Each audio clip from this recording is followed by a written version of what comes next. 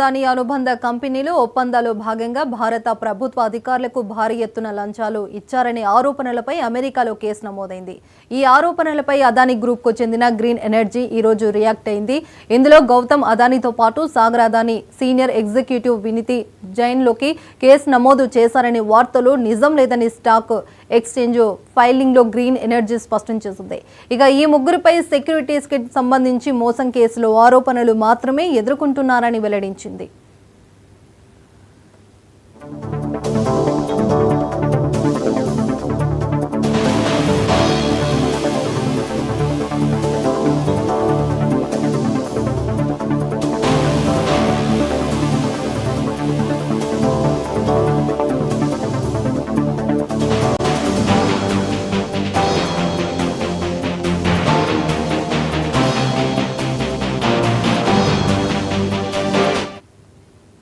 కాగా ఎఫ్సిపిఏ చట్టం ఉల్లంఘించారంటూ అమెరికా న్యాయశాఖ నమోదు చేసిన కేసులో గౌతమ్ అదానీ, సాగర్ అదానీ, వినీత్ జైన్ ప్రస్తావన లేదని అదానీ గ్రూప్ పేర్కొంది.